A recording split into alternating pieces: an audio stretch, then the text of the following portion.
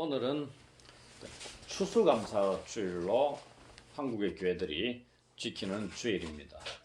한 해 하나님께서 베풀으신 은혜에 감사하면서 예배하는 그러한 주일입니다. 그래서 감사에 대한 말씀을 우리가 생각을 해봤으면 합니다.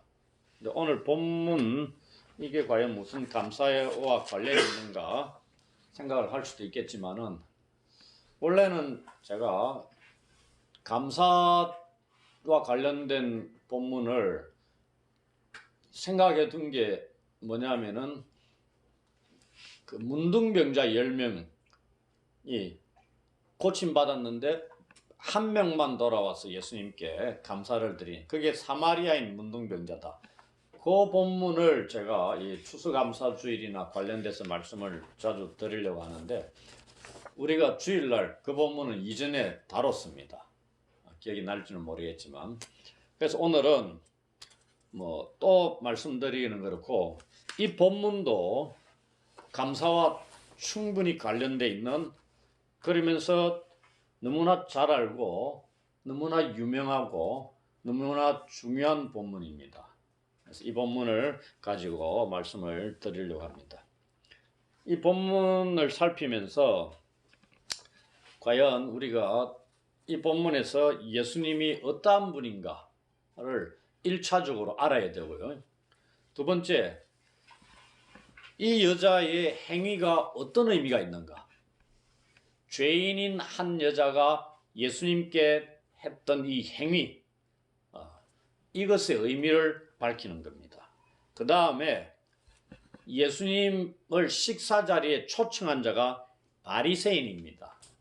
이 바리새인과 전혀 식사에 초청을 받지 않았던, 초대받지 않았던 이 한 여자의 행위, 이걸 예수님 말씀을 통해서 우리는 비교해 봄으로 우리 주님께서 우리에게 어떠한 가르침을 주고 계시는가, 이 세 가지를 집중적으로 오늘 살펴보려고 합니다. 상황이 어떤 상황이냐면은, 한 바리새인이 예수님을 식사에 초청합니다. 성경에 보면은 초청한 이유는 안 나와요. 단지 이 사람이 예수님을 39절에 보면 선지자 정도로는 생각했을 수 있습니다. 그 다음에 그가 40절에 선생님이라고 불러요, 예수님을. 그럼 랍비 정도가 아니죠. 아주 존경받는 인물이죠, 랍비는. 이 정도는 생각을 했을 수 있습니다, 여기 본문을 통해서는. 근데 본문에 기록되지 않은 걸 통해서 또 생각해 볼 수 있는 게 뭐냐면요, 지금 이곳이 7장 36절입니다. 그러면은 7장 11절로 17절이면 바로 앞에거든요. 여기에 어떤 내용이 나오냐면은, 예수님이 한 과부의 죽은 아들을 살리는 사건이 나옵니다. 그 사건의 말미에 뭐냐면은, 하나님이 우리한테 방문하셨다. 구약 성경부터 하나님이 아브라함에게 방문을 하잖아요. 하나님의 방문의 모티브가 굉장히 많이 나옵니다. 엄청나게 중요한 얘기죠. 구원의 목적을 갖고도 있기도 하고요, 언약적인 관계 속에서 나타나기도 하고요, 그 다음에 사명을 맡기 위해 모세와 같은 경우는 하나님께 오심이 그런 거잖아요. 이런 건데, 예수님 당시에 유대인들이 한 선지자가 와서 죽은 자를 살리니까, 하나님이 우리한테 방문하셨다, 이런 걸 가지고 그 선지자를 막 왕으로 삼으려고 하고, 요한복음 같은 그런 일들이 막 생기는 겁니다. 하나님의 방문의 모티브가 담겨 있어요, 과부의 죽은 아들을 살리는 게. 이 소문을 이 바리새인이 당연히 들었겠죠. 바로 앞에 일어난 사건이니까. 그래서 이 의문을 풀고 싶은 거죠. 진짜 선지자인지 하나님이 보내신 자면은 엄청난 일이잖아요. 자기 집에 모시는 거라. 아브라함이나 롯이나 하나님을 모시는 것 엄청난 영광으로 생각하잖아요. 이 집 바리새인이 아마 그런 의도도 갖고 있지 않았느냐. 문맥상 요것까지도 생각을 해볼 수 있습니다. 어찌되었든 자기 집에 초청해가지고 식사를 대접합니다. 유대인의 식사 자리에서 우리는 지금 테이블에 앉아 있잖아요. 유대인들은 식사 자리에 앉으면 어떻게 앉는지 압니까? 요겁니다. 소파에 쫙 눕습니다. 그럼 다리가 이렇게 나오죠. 그 다음에 저 택에 딱 기대가 또 이렇게 다 비스듬히 앉는, 이렇게 아주 괜찮은 분들 모셔가지고 식사를 제공할 때 그 얘기입니다.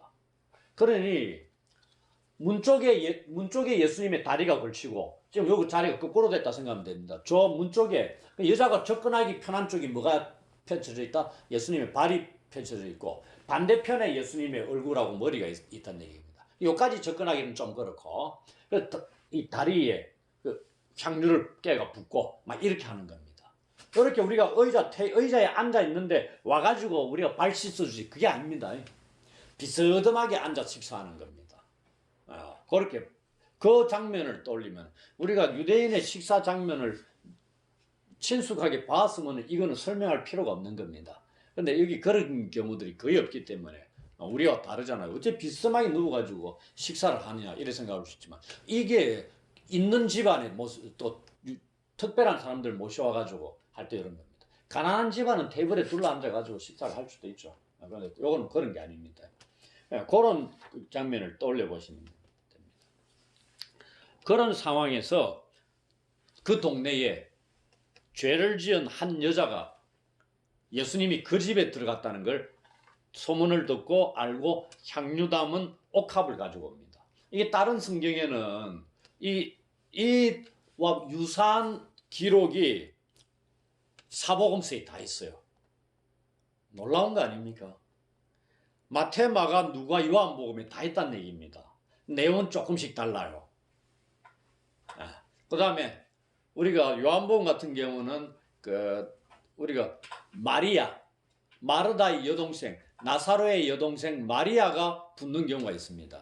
그리고 오늘 본문은 전혀 아니지만은 마가복음하고 요한복음에는 이 여자의 향유를 붓는 걸 뭘로 설명하는지 압니까? 예수님의 장례를 치르는 것으로 설명합니다.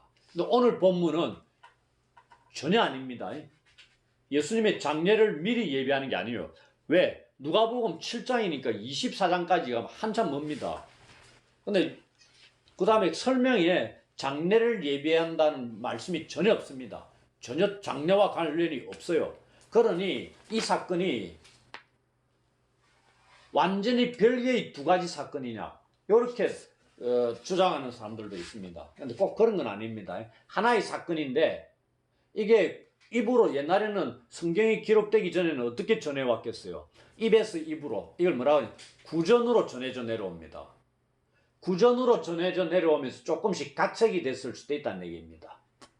그런 걸 생각을 하시면 되고, 그걸 성경을 감동을 받아 기록한 자들이 그 자기에게 필요한 상황에서 이 말씀의 의미들을 가지고 기록을 하게끔 하셨다는 얘기입니다.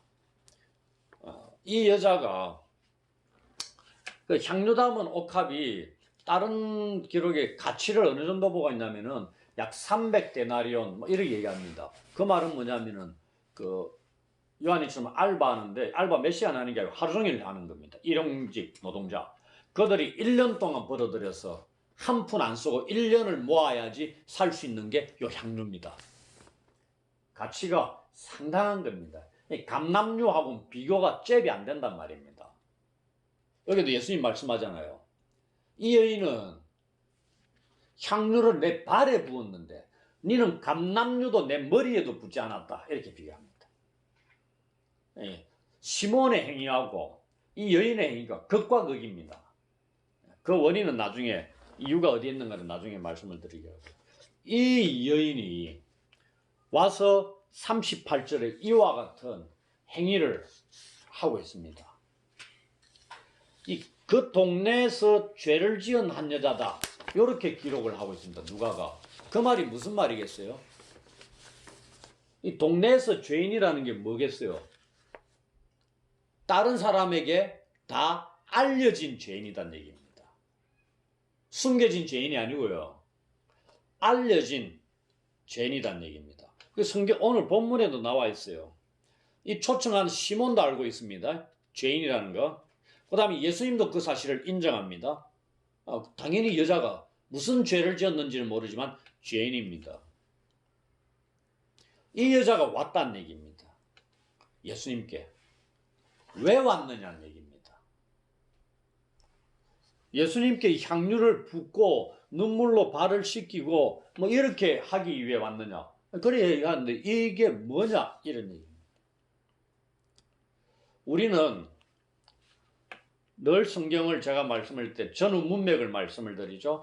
7장 36절부터 보는데 앞부분을 반드시 봐야 됩니다. 우리는 누가복음을 볼 때는 누가복음의 문맥을 중시를 해야 됩니다. 요한복음을 볼 때는 요한복음의 문맥을 중시를 해야 됩니다. 왜? 기록한 자의 의도가 담겨 있기 때문에 이 사건을 여기에 기록을 했다는 얘기입니다. 그럼 누가도 7장 36절에 기록할 때 앞부분이 무슨 내용이 있었느냐가 엄청나게 중요한 겁니다. 이 여인이 예수님께 와서 이 행위를 한 게 뭐냐면요. 아까 마가복음하고 요한복음은 예수님의 장례를 예비하는 것으로 해석이 됐잖아요. 이거는 장례를 예비하는 게 아니고 감사와 사랑의 표현입니다. 완전 다르죠. 그러면은 감사와 사랑의 표현인지 네가 어떻게 아느냐? 뭘로 그것을 말할 수 있느냐? 충분히 말할 수 있습니다. 이 감사라는 것은 이전에 뭔가 받은 게 있겠죠? 받은 거 없이 감사하는 사람이 있겠어요? 없죠. 그럼 이 여인이 이전에 무슨 일이 있었겠느냐? 그게 7장 29절에 30절에 나옵니다. 7장 29절 30절에 뭐냐 하면은 모든 백성과 세리들은 이미 요한의 세례를 받은지라 이 말씀을 듣고 하나님을 의롭다 하되 30절에 바리새인과 율법 교사들은 그의 세례를 받지 아니하므로 그들 자신을 위한 하나님의 뜻을 저버리니라. 딱 대조가 되고 있죠. 그럼 이 여인이 죄인입니다. 이 여인이 세례 요한의 세례를 인정하고 받았다는 것이 전제가 되어 있습니다. 그러면 세례 요한의 세례가 어떤 의도로 주어진 세례요? 죄 사함을 얻게 하는 회개의 세례입니다. 그럼 죄인인 여자가 세례 요한의 세례를 받을 때 자기 자신의 죄를 회개를 했다. 그리고 회개의 세례를 받음으로 죄 사함의 용서를 입었다. 누구로부터? 하나님으로부터. 이게 전제가 되어 있는 겁니다. 그러면서 얼마나 감사를 했겠느냐.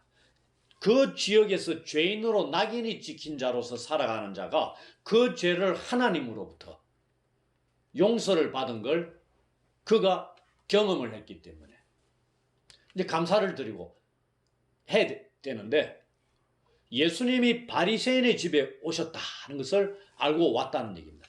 그 말이 무슨 말이겠어요? 저 뒤에 나오지만 이 여인이 예수님에 대한 믿음을 갖고 있었습니다. 무슨 믿음이냐? 세례 요한이 회개의 세례를 베풀면 뭘 외쳤어요? 내가 잘났다. 내가 주는 세례만 받으면 끝. 구원받고 모든 게 다 성취될 것이다. 내 세례만 받아라. 뭐 이렇게 외쳤습니까? 아니죠.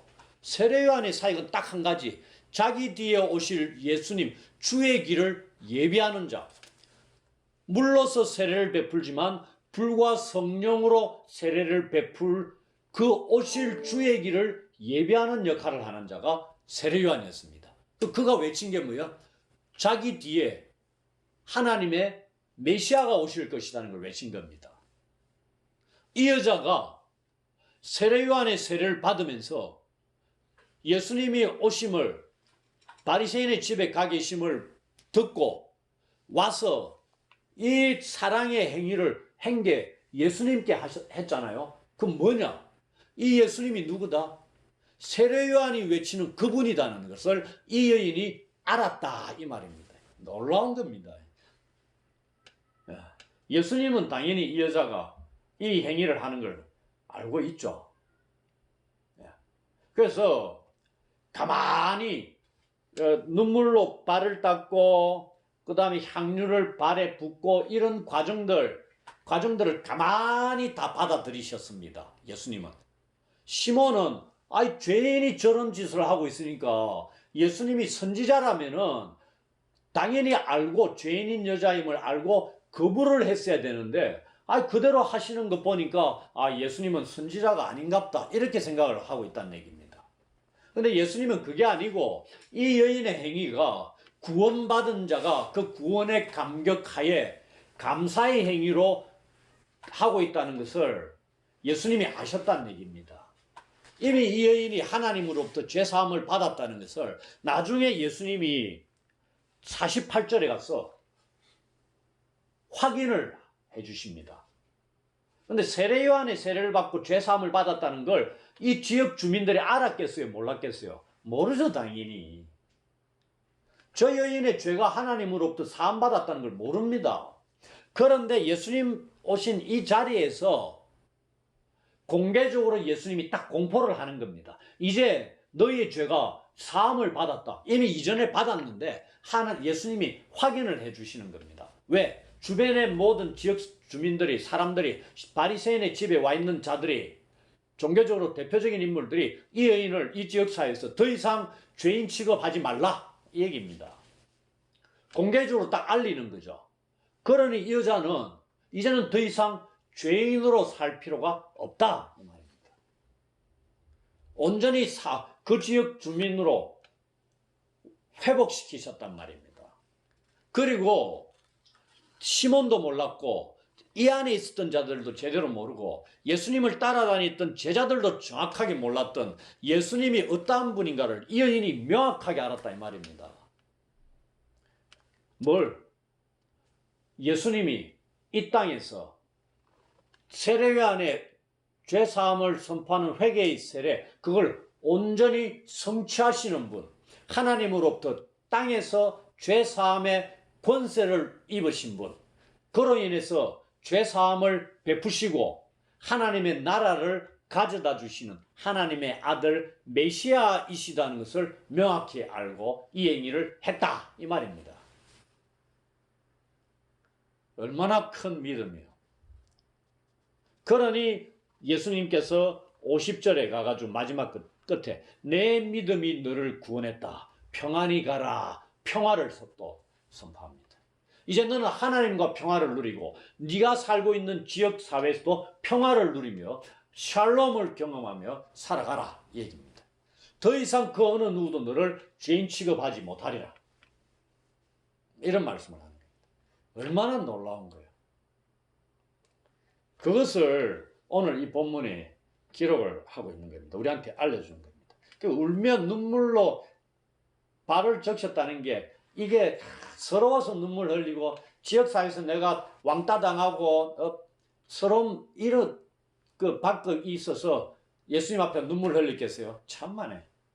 기쁨과 감사의 눈물이다 이 말입니다. 내가 하나님께 감사를 드려야 되는데 하나님이 어디 계세요? 안 보이잖아요. 근데 감사는 드리지. 근데 예수님이 하나님의 아들로 오신 분이 오시니까 내가 직접 그분한테 감사를 드리겠다 이 말입니다. 그래서 사마리아인 문둥병자가 바리새인한테 가다가 제사장들에게 가다가 돌아와서 예수님께 감사를 드렸다 했잖아요. 왜 감사를 드렸어요? 하나님의 은혜로 내가 치유를 받았는데 그걸 누가 행해쳤다? 예수님이 하셨다 이 말입니다. 그러니 돌아와서 예수님께 감사를 드리는 겁니다. 당신이 하나님 보내신 그 하나님의 아들 그분이란 얘기입니다. 메시아 그리스도란 얘기입니다. 이 사실을 아니까 제사장에게 가는 게 중요한 게 아니죠. 돌아온 겁니다. 10명 중에 단 한 명 그가 사마리아인이었다. 그것도 누가복음에 기록이 되어 있어요. 누가복음이 제가 마가복음은 좋아하지만 누가복음은 보면 볼수록 사회적으로 약자들, 가난한 자들, 소외받는 계층들 그들을 위해서 기록된 복음서이기도 합니다. 그들에게 굉장한 관심을 많이 갖고 있어요. 그 내용도 누가복음에 기록이 되어 있고 오늘 이 본문은 사복음서에 다 기록이 되어 있지만은 그래서 극진한 존경과 감사의 표시로 이 여자가 예수님께 이 행위를 한 겁니다. 여기에 자기 죄를 용서해 주신 그 하나님의 은혜가 너무나 감사해서 자기가 사랑의 표시로 사랑과 감사가 담겨 있는 그 헌신의 행위입니다. 이 향유라는 게 엄청나게 값비싼 거라 그랬죠. 이 죄인인 여자가 1년을 다 모아가지고 이걸 샀을지도 모르고 엄청나게 귀한 걸 예수님께 부어드리는 겁니다. 아무나 할 수 있겠어요? 얼마나 하나님의 은혜가 감사했으면은 이 귀한 걸 부어드리냐 이 말입니다. 이겁니다. 그런데 예수님을 초청한 시몬은 어떻게 했어요? 감람유도 머리에 붓지 않았다. 발 씻을 물도 제공하지 않았다. 그 식사만 한 끼 딱 제공하려고 했고 바깥에서 오신 손님을 발 씻을 물도 먼지를 털어내라고 씻을 물도 제공하지 않고 머리에 식사 때 향기를 내고 그렇게 하라고 머리에 기름을 뿌리거든요. 그 향이 그 식사 때 이 집안을 가득 채울 수 있도록 그렇게 대접하는 겁니다. 그런 것도 안 했다 이 말입니다. 왜? 하나님의 은혜에 대해서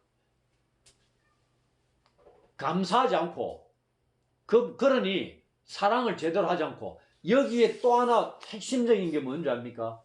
사랑하지 않고 감사하지 않은 그 이면에 뭐가 깔려 있는지 압니까? 이 본문에서 핵심적으로 집어내야 될 게 이 여인이 우리가 예수님께서 41절 42절에 두 빚진 자 비유를 하죠. 500데나리온 빚진 자 50데나리온. 우리가 1만 달란트 빚진 자 이런 비유를 들었어요. 1만 달란트가 몇 년요? 6천년이라 그랬습니까? 이 정도 해야 많이 빚짓다 생각하죠. 500데나리온이라는 거는 그러면 한 데나리온이 일용직 노동자가 하루 종일 일하면 벌 수 있는 돈입니다. 그럼 500데나리온은 어느 정도 빚졌어요? 500일. 그러면 한 몇 년만 일하면 돼요? 1년 반이나 2년 채 안 되잖아요. 2년은 600일이니까. 그러니까 요 정도 빚진 거면은 많겠어요? 적겠어요? 그 당시의 사회적인 구조나 오늘날 봤어도 1년 반만 일하면 갚을 수 있는 거 많아요? 적어요? 그래 많은 거 아니죠. 그 다음에 두 번째 인물은 얼마 빚졌어요? 50데나리온. 얼마만 일하면 돼? 51만. 우리 같으면 한 두 달만 일하면 갚을 수 있는 돈 빚졌어요. 이거 갖고 깊이 고민합니까? 그래 안 하죠. 근데 성경에 예수님이 뭐라고 말씀하셨어요? 이 두 사람이 딱 나와 있는 게 42절 첫 구절이 뭐예요? 이겁니다. 이 둘이 이거에 대해서도 갚을 능력이 없다 이 말입니다. 갚을 능력, 요것조차 갚을 능력이 없는 자들이야. 그런데 1만 달란트 비유할 필요 있어요 없어요? 없죠. 50데나리온도 갚을 능력이 없이 이들이 어떻다는 얘기입니까? 지극히 가난한 자들이다 이 말입니다. 하루 먹을 거리도 제대로 구하지 못하는 그런 자들일 수 있다 이 말입니다. 이들에게 500데나리온이 작겠어요? 어마어마하게 크죠. 50데나리온이 작겠어요? 언제 갚겠습니까 그걸? 갚을 능력이 없는 자들입니다. 그러니 주인이 빌려준 자가 다 용서해줬다 이 말입니다. 탕감해줬다는 거 용서해준 겁니다. 그럼 누가 더 감사하겠느냐? 당연히 500데나리온이죠. 그 말은 뭡니까? 이 여자가 지극히 사랑의 표현, 감사의 표현을 하는 것은 자기 자신이 많은 빚을 지고 있다는 것 깨닫는다는 게 무슨 빚이야? 주인한테 하나님께 죄란 얘기입니다. 이 여인이 지극히 큰 헌신의 행위, 사랑과 감사에 담긴 행위를 한 것은 뭐예요? 자기 자신이 결코 용서받을 수 없는 죄인이었다는 것을 철저히 깨달았다는 얘기입니다. 그걸 하나님이 용서해 주셨다는 얘기입니다. 그래 얼마나 감사하겠어요. 그런데 시몬은, 바리새인은 자기 자신이 철저히 갚을 수 없는 엄청난 죄를 지은 하나님 앞에서 죄인이라는 죄의식이 없다 이 말입니다. 무슨 말인지 알겠어요? 이걸 우리가 알아야 되는 겁니다. 그러니 내 죄가 뭘 용서받겠어? 용서받을 크나큰 죽을 죄가 있어요 없어요? 없는데 내가 뭘 용서를 구하겠어요? 그리고 내가 엄청나게 헌신하면서 감사할 뭐가 있겠습니까? 내가 뭐 다 갖추고 뭐 하나님 앞에 내가 죽을 죄인으로서 은혜 받았다는 생각이 인식이 별로 없어요. 그러니 이 시몬이 예수님이 어떠한 분인가도 몰랐죠. 당연히 죄 용서하시고 하나님의 나라를 가져다 주시고 땅에서 죄를 사는 권세를 부여받으신 분이라는 걸 당연히 모르죠. 그냥 랍비 정도로 생각했다는 겁니다. 그냥 존경의 포시로 모셔와가 했을 수도 있죠. 뭐 이렇다는 얘기입니다. 우리가 하이델베르그 요리문답 하면서 제일 먼저 배운 게 뭐라 그랬죠? 인간의 비참함. 우리가 지금은 지난주부터 감사에 대해서 배우잖아요. 그 전에 뭐가 선행돼야 된다? 인간의 비참함이 어느 정도인가를 제일 먼저 하이델베르그 요리문답에서 알려줍니다. 그 다음에 구원에 대해서 얘기하는 겁니다. 너희가 어느 정도 비참한 자리에 있는데 거기서 하나님이 예수를 보내가 너희를 구원해냈다. 그걸 깨달아야 그 다음 뭐가 나와요? 감사의 행위가 나오는 겁니다. 감사의 행위로 뭘 해야 된다? 선행을 해야 된다는 얘기입니다. 내가 선행을 많이 함으로 구원받는 공로를 쌓는 게 아니고요. 내가 얼마나 비참한 자리에 있는 줄 알고 그 자리에서 구원받았으니까 내가 너무나 감격스럽고 감사가 차고 넘치고 그러니 그분한테 보답을 해야 되는데 뭘 해야 돼요? 선행을 해야 된다 이 말입니다. 이제는 계명을 지키는 거 아닙니까? 선행을 하는 거는 내 멋대로 내 기준에 따라 행동하는 게 아니고 하나님의 계명을 지키는 겁니다. 하나님의 계명이 뭐예요? 이웃 사랑인데 그게 선행 아닙니까? 그건 그런 얘기입니다. 정의를 실천하는 것도 이웃 사랑이 바탕하에 진행이 된다는 얘기입니다. 이웃의 것을 탐하지 말라. 살인하지 말라. 다 사회 정의를 세우는 거잖아요. 오늘날 이런 게 다 망가졌잖아요. 회복시키기 위해서는 하나님의 말씀, 이웃을 사랑하라는 이 계명이 실천되고 여기에 순종해야 되는 겁니다. 그래야 할 때 사회 정의가 세워지고 사회가 안전한 사회가 될 수 있는 거죠. 다른 제도적으로 아무리 해봐 윤창호법을 제정을 하더라도 음주운전으로 사람이 죽어나갑니다. 어쩔 수 없어요. 그런데 하나님 앞에서 딱 돌이켜가지고 이웃을 사랑하는 걸 실천한다 딱 생각해봐요. 술 먹고 운전하겠습니까? 하라도 안 하죠. 나로 인해서 이웃이 죽을 수 있는데 안 한다는 얘기입니다. 내가 죽는 거는 몰라도 이웃이 크게 피해를 입기 때문에 안 한다는 얘기입니다. 이런 것들을 알려주는 거예요. 시몬과 이 죄인인 여자의 행위가 극단적으로 대비되는 것 이면에 깔려있는 게 이 내용입니다. 그럼 우리가 하나님 앞에 감사를 드리는 게 무엇에 근거해가 드려져야 되느냐? 당연히 예수님이 어떠한 분인가를 제대로 아는 게 선행이 되어야 된다는 얘기입니다. 그 다음에 내 실체, 내 정체성, 내가 어떠한 자였는가를 제대로 알아야 되는 겁니다. 아니 나는 의인이야. 아니 나는 떳떳해. 나는 하나님 앞에 꿀리는 거 없어. 내가 이 정도 제대로 잘 살았는데 뭐 이런 자들은 하나님께 감사할 수가 없습니다. 감사가 어디서 나와요? 이러한 예수님이 어떠한 분이고 내 자신이 얼마나 죄인인가를 이러한 인식에서 나오는데 이걸 깨닫지 못하고 믿지 못하는 자들이 어떻게 하나님 앞에 감사드릴 수 있겠느냐 이 말입니다. 이 여인이 그 두 가지를 다 갖췄다는 얘기입니다. 예수님이 어떠한 분이고 자기 자신이 얼마나 죄인인가를 절실히 깨닫고 그 사회에서 매일매일 죄인 취급하며 살았으니까 얼마나 뼈저리게 경험하고 인식했겠어요. 그 죄가 용서받았다는 얘기입니다. 얼마나 감격스럽겠어요. 죄인이라는 낙인이 제거가 됐다는 얘기입니다. 전과의 기록이 사라졌다 이 말입니다. 전과자들이, 우리가 안 돼봐서 모르지만 전과자들의 손 중에 하나가 뭐겠어요? 빨간 줄이 사라지는 거 아니겠어요? 그거 아니겠습니까? 그게 지금 이 여인에게서 일어났다 이 말입니다. 그러면 여기에 나타나신 예수님이 그러한 분이 또 하나, 이 예수님이 이 시몬이 여자를 죄인 취급합니다. 그죠? 그리고 예수님이 모르는 거에 대해서도 막 비판을 하려고 합니다. 그러면서 예수님이 시몬에게 내가 너한테 이를 말이 있다 해가지고 쭉 비유도 말씀하시고 44절부터 47절까지 여인과 시몬의 행위를 비교해가면서 우리한테 깨우침을 주십니다.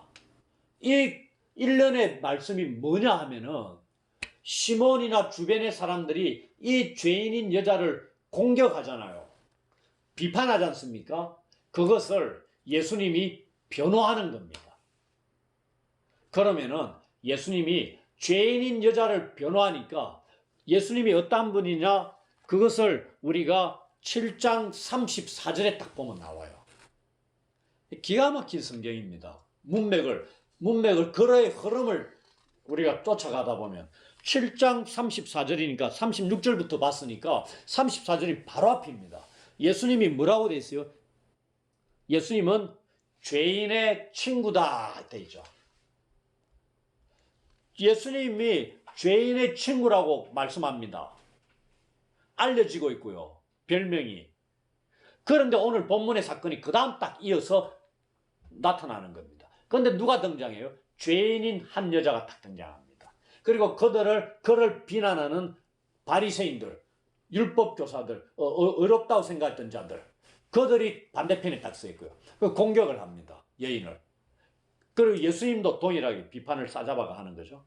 그러니 예수님이 이 여인을 변호하는 겁니다. 왜? 예수님이 죄인의 친구이시기 때문에.